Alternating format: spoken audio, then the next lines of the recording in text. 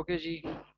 Welcome to all of you to the platform of the C S S P M S with Umar Khwaja. अच्छा, ये हमारी first class है और आप इसको बेशक डेमो क्लास कर लें या फर्स्ट क्लास कर लें, क्योंकि मैं इसको फर्स्ट क्लास ही कंसिडर करता हूँ।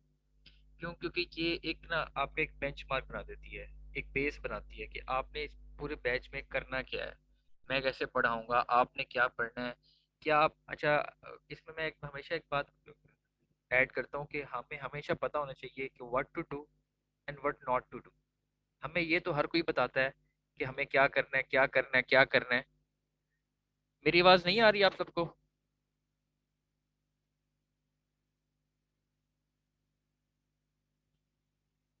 मेरी आवाज क्लियर है? मुझे फर्स्ट ये बता दें प्लीज। ओके, मैं जरा ठीक है कर लेता हूँ। ओके, चलें ठीक है।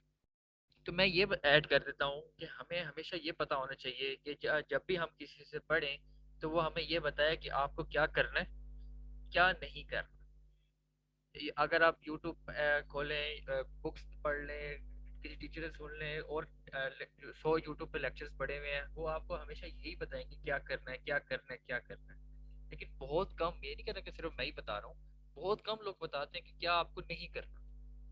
तो मैं इसमें इंशाल्लाह आपको ये भी बताऊंगा कि हमने इसको इस पूरे कोर्स को लेके कैसे चलना है, पेपर कैसे देने हैं, पेपर के लिए याद क्या क्या करना है, क्या क्या नहीं करना।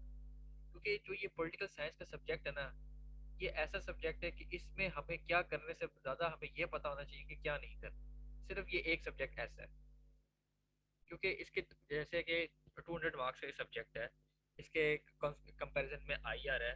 एक तो हमें बहुत इशू होता है कि हम आई आर रखें कि पॉलिटिकल साइंस रखें।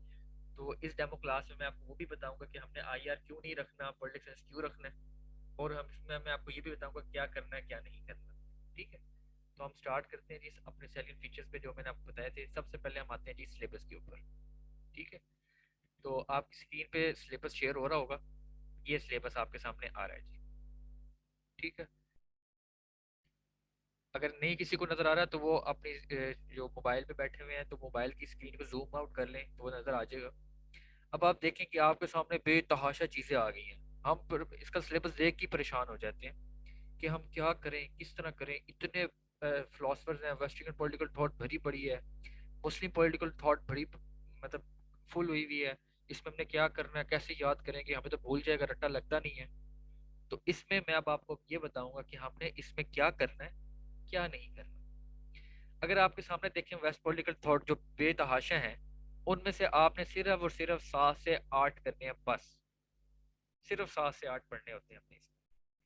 स्टार्ट कैसे है जी? हमने देखना है प्लेटो है, हमने ये करना है। अगर आपके पास अभी पेंसिल है, पास पेन से पेन है तो वो अपने पास बैठ के लिख लें। अभी नहीं है तो रिकॉर्डिंग आपको मिल जाएगी, तब दोबारा रिकॉर्डिंग में देख के आप बेशक लिख लीजिएगा। लेकिन अभी मैं चाहता हूँ कि आप सब अटेंटिव होकर सुने और इसको अपने ज़हनों में बिठा लें। ठीक है, तो स्टार्ट करते हैं जी हम सबसे पहले कि हमने क्या करना है। इसमें हमने इसमें पढ़ना है प्लेटो, इसमें आपने प्लेटो करना है।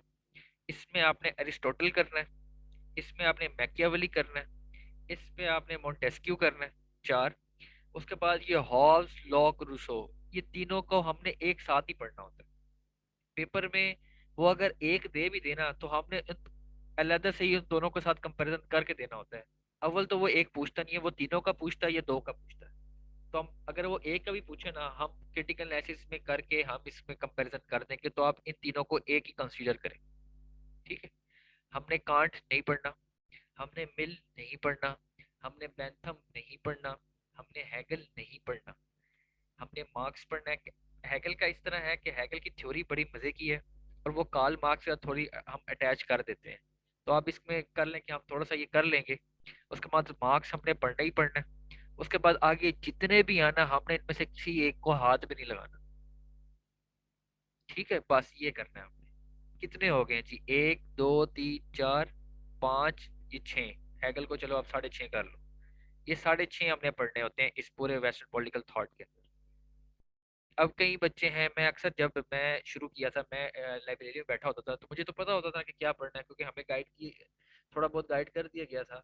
तो मेरे साथ के बच्चे लगे होते थे, कोई ये फुकुयामा पढ़ रहे होते थे। अब इसकी एक बुक है पॉलिटिकल ऑर्डर, पॉलिटिकल डिके, उस बुक को पकड़ के पढ़ पढ़ रहे होते थे। मैं कहता क्यों पढ़ रहे हो जी? पॉलिटिकल साइंस के लिए बड़ा इंपॉर्टेंट है। मैंने कहा अच्छा। फिर लेनिन को, उसके बाद ये डेस्कार्टे को, पता नहीं क्या क्या चीजें उठा उठा के लगे हुए होते हैं। भाई हमने कुछ भी नहीं करना है, क्यों नहीं करना? अभी मैं आपको पास पेपर से एनालिसिस करवाऊंगा। ठीक है जी। तो हमने वेस्टर्न पॉलिटिकल थॉट के अंदर हमने सिर्फ ये पढ़ना है बस। उसके बाद आ जाए हम मुस्लिम मुस्लिम पॉलिटिकल थॉट के ऊपर। इसमें हमने क्या करना है? हमने अल फराबी पढ़ना है, हमने अल मवारडी पढ़ना है। अब अपनी ये स्क्रीन ऑफ रखिएगा प्लीज। अल फराबी पढ़ना है, अल मवारडी पढ़ना है, अल गजाली पढ़ना है बस। सॉरी, अल गजाली पढ़ना है बस। सॉरी, अल फराबी, अल मवारडी, अल गजाली और खालदून, ये चार करने हैं बस। और इसमें से किसी को भी हाथ नहीं लगाना। अल गजाली का मैं इसलिए थोड़ा सा हुआ हूँ कि इसमें दो गजाली हैं, और ये कभी कभी पेपर में हम इसको ऐसा ऐसे ऐसे पढ़ लेते हैं कि इसकी थ्योरी हम किसी दूसरे में ऐड कर लेते हैं। अदरवाइज ये भी बहुत कम पूछा जाता है। मैक्सिमम जो आता है ना वो ये आता है अल फराबी और खालदून। खालदून तो बहुत इंपॉर्टेंट है। तो इसमें से हमने 3 से 4 करने हैं बस, और इसमें हमने कुछ भी नहीं पढ़ना। बात क्लियर हो रही है आपको कि आपने वेस्टर्न पॉलिटिकल थॉट में 6 से 7 पढ़ने हैं, मुस्लिम पॉलिटिकल थॉट में हमने 3 से 4 पढ़ने हैं, टोटल 10 से 11 हमने करने होते हैं, और इसमें से किसी को भी हाथ नहीं लगाना होता। और एक और मजे की बात बता दूं आपको, कि जो ये हमने 10 कर रहे हैं ना, इन 10 में से पेपर में 4 आएंगे। इन 10 में से पेपर में 4 आएंगे, और उन 4 में से भी हमने सिर्फ 2 करने होते हैं। ठीक है, इन 4 में से भी हमने सिर्फ 2 करने होते हैं। आगे चलते हैं। अब इसका पेपर का पार्ट बी, इस पेपर के 2 पार्ट आते हैं, एक पार्ट ए है, एक पार्ट बी है। पार्ट बी में हमने क्या करना है? हमने स्टेट सिस्टम पढ़ना है, जिसके अंदर हमने सिर्फ मॉडर्न नेशन स्टेट पढ़नी है, इस्लामिक कॉन्सेप्ट ऑफ स्टेट। मैं आपको थोड़ा बहुत इस्लामियात के रिस्पेक्ट तो बता दूंगा, क्योंकि अक्सर ही पेपर में क्वेश्चन आ जाता है, लेकिन ये इस्लामियात का क्वेश्चन है। तो इसमें जो हम पढ़ेंगे ना, वो हमने मॉडर्न स्टेट नेशन स्टेट पढ़ना। उसके बाद आते हैं जी पॉलिटिकल कॉन्सेप्ट के अंदर। अब ये इतने भरे पड़े हैं यार, इतने ज्यादा क्यों करेंगे? नहीं भाई, हमने सिर्फ सॉवरेंटी पढ़ना है, जस्टिस भी नहीं पढ़ना, लॉ भी नहीं पढ़ना, हमने सिर्फ सॉवरेंटी, लिबर्टी, फ्रीडम, बस। सॉवरेंटी, लिबर्टी, फ्रीडम, और इसमें से किसी चीज को भी हाथ नहीं लगाना। फिर आ जाते जी। अब इसमें से हमने क्या करना है? हमने पढ़नी है सोशलाइजेशन, कंपैरेटिव पॉलिटिक्स में कल्चर, बस। भाई ये 2 पढ़ने हैं। ठीक है जी। उसके बाद नहीं, इसमें कंपैरेटिव पॉलिटिक्स में अब सिविल सोसाइटी भी हम हल्का सा टच कर लेंगे। पॉलिटिकल पार्टिसिपेशन में आ जाए। पॉलिटिकल पार्टिसिपेशन के अंदर हमने सिर्फ पढ़ना होता है जी पॉलिटिकल पार्टीज, प्रेशर ग्रुप्स, ये 2 पढ़ने हैं, और इसमें से कुछ किसी चीज को भी हाथ नहीं लगाना। उसके बाद आ जाए जी हम पॉलिटिकल इंस्टीट्यूशंस के अंदर। इसमें हमने पहले 3 पढ़ने हैं, लेजिस्लेटिव, एग्जीक्यूटिव, जुडिशरी। फिर हम आते हैं जी फॉर्म्स ऑफ गवर्नमेंट के अंदर। इसमें हमने सारी पढ़नी है। आइडियोलॉजीज में आ जाए। इस आइडियोलॉजीज में हमने सिर्फ कैपिटलिज्म देखना है, कम्युनलिज्म देखना है, नेशनलिज्म देखना है, बस ये 3 करने हैं हमने। ठीक है जी। पॉलिटिकल पार्टिसिपेशन के बताएं। पॉलिटिकल पार्टिसिपेशन किधर है? पॉलिटिकल पार्टिसिपेशन के अंदर हमने सिर्फ और सिर्फ पब्लिक ओपिनियन पढ़ना है, और पॉलिटिकल पार्टीज पढ़नी है बस, और उसमें किसी चीज को भी हाथ नहीं लगाना। इसी तरह लोकल सेल्फ गवर्नमेंट को हम पढ़ेंगे, ये मजे का टॉपिक है। अच्छा जी, ये हमने पेपर 1 में सिर्फ इतना कर दिया। ओके। अब हम आते हैं जी पेपर 2 में। पेपर 2 के अंदर हमने इसमें यूएसए, यूके, फ्रांस पढ़ना है तीनों। ग्लोबल में से हमने सिर्फ डब्ल्यूटीओ और हमने यूरोपियन यूनियन, ये 2 पढ़ने हैं बस। पेपर में इन दोनों में से एक आएगा, ये दोनों पूछ लेगा। उसके बाद इन सारों में से ना, मैं आपको सिर्फ बता देता हूँ, इन सब में से आपने सिर्फ क्या करना है? टर्की, चाइना, 2 हो गए।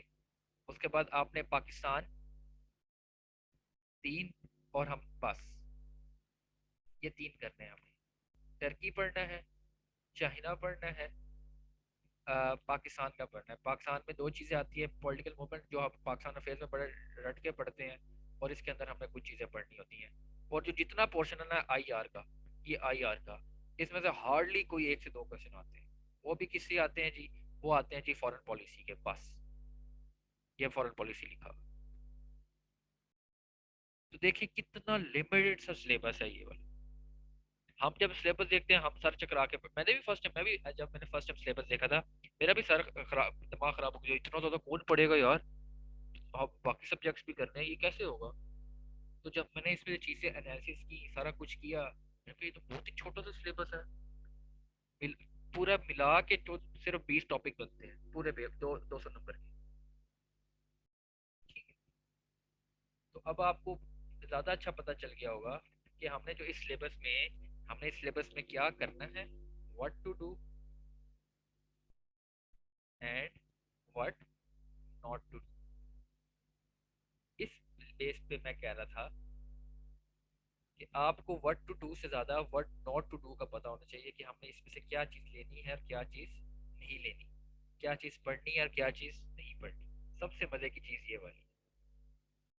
अच्छा जी, अब हम आते हैं जी कि हमने इसमें से 130 प्लस मार्क्स कैसे लेने हैं।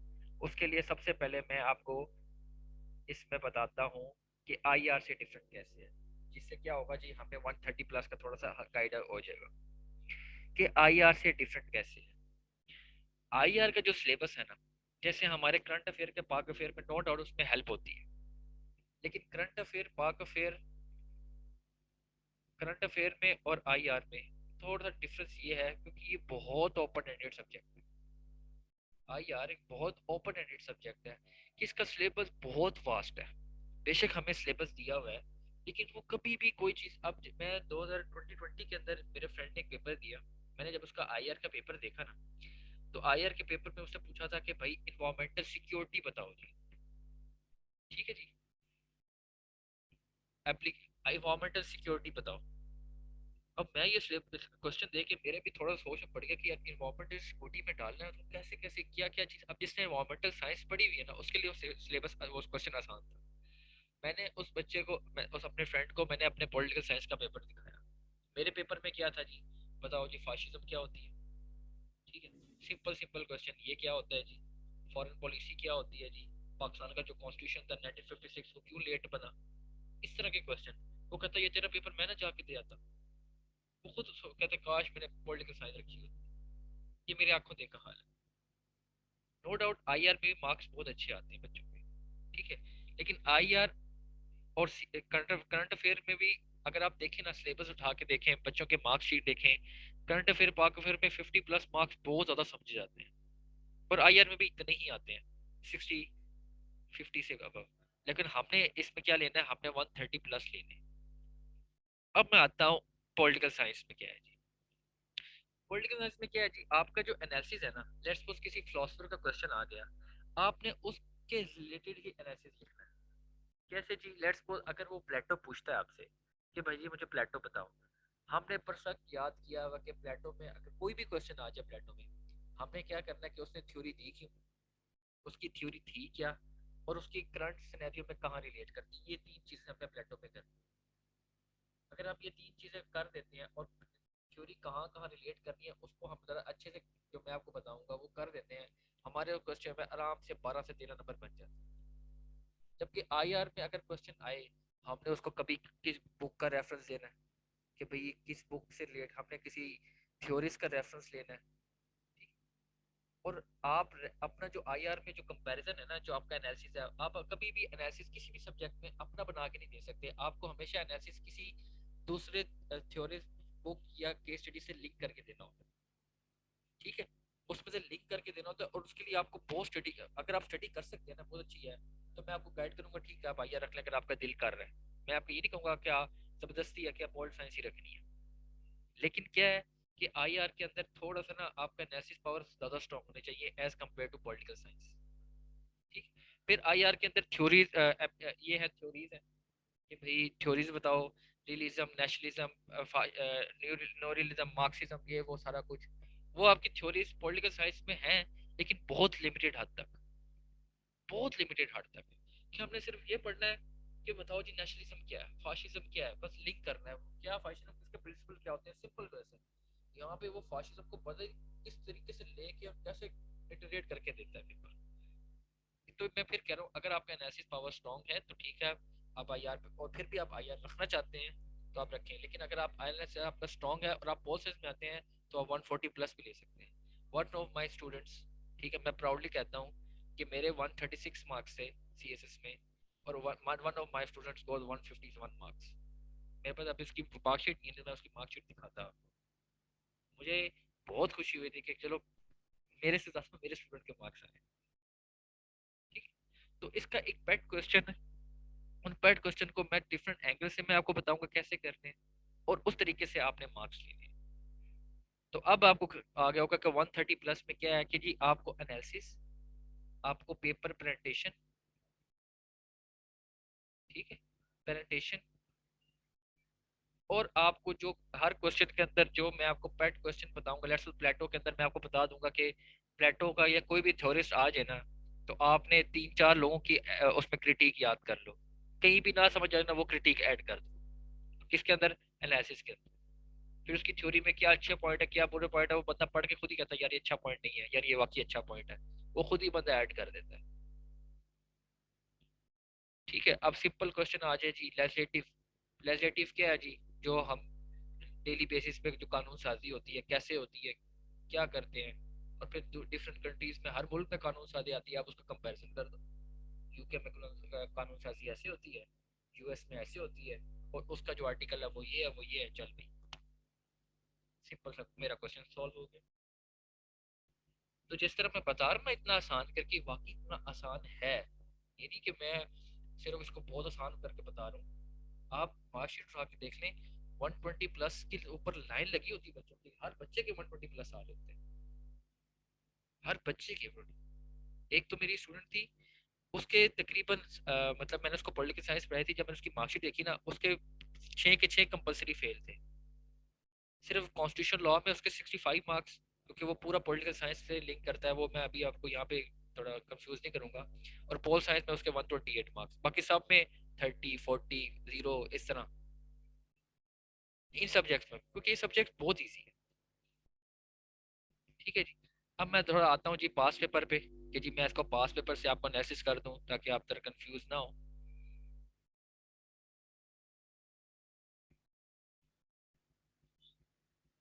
ठीक है, एक में जरा होल्ड कीजिएगा।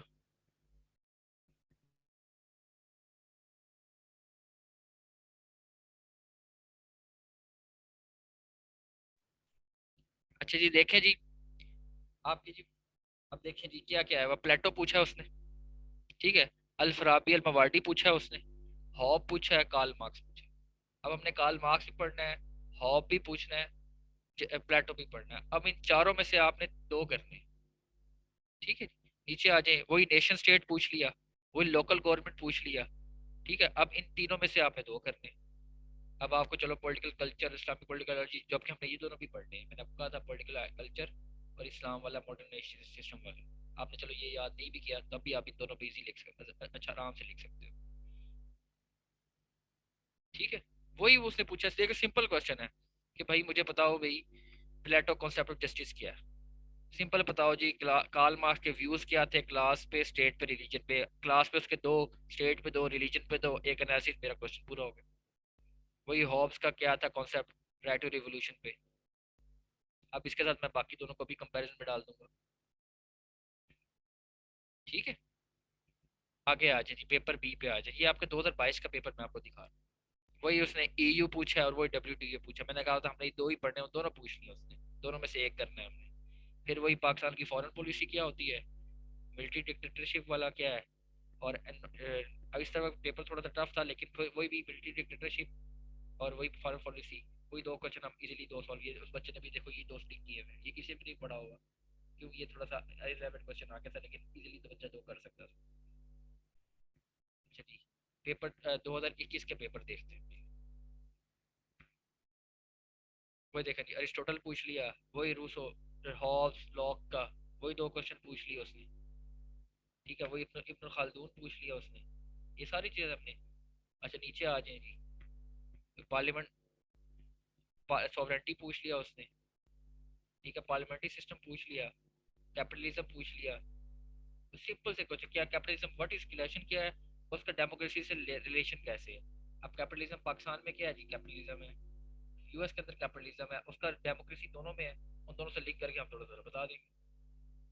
सिंपल क्वेश्चन है, कोई मुश्किल नहीं आती इसमें। कि हम, अब आयर के पेपर में आपको यहाँ पे दिखा देता, बट अभी वो मेरा कोर्स, हमारे कोर्स हमने पढ़ने ही नहीं है, तो मैं आपको क्यों दिखाऊं?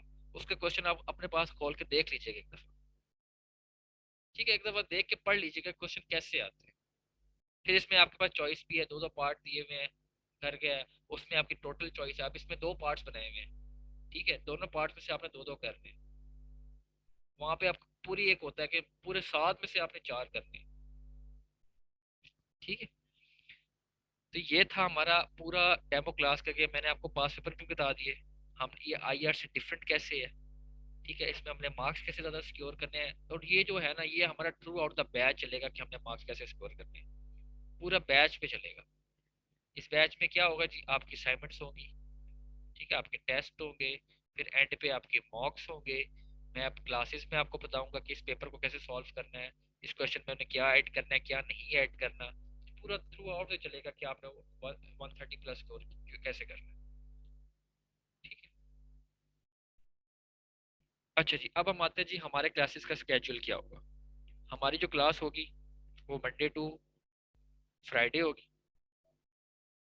ठीक है, सैटरडे को या संडे को जो दिन आप करेंगे, उसमें हमारा एक टेस्ट हुआ करेगा। ठीक है, लेट्स अगर आप सैटरडे को टेस्ट देते हैं तो संडे को आपको रिटर्न हो जाएगा टेस्ट। ठीक है, तो टेस्ट करके फिर हम नेक्स्ट पे हम मंडे से आप अपना चलाएंगे स्केड्यूल। ठीक है, ये हमारा क्लासेस का स्केड्यूल होगा। अब आप बताएं कि आपके आप क्या क्या क्वेश्चन आंसर हैं। ठीक है, तब मैं आपको, आपकी कोई क्वेरी है तो मैं इसको खत्म करूँ।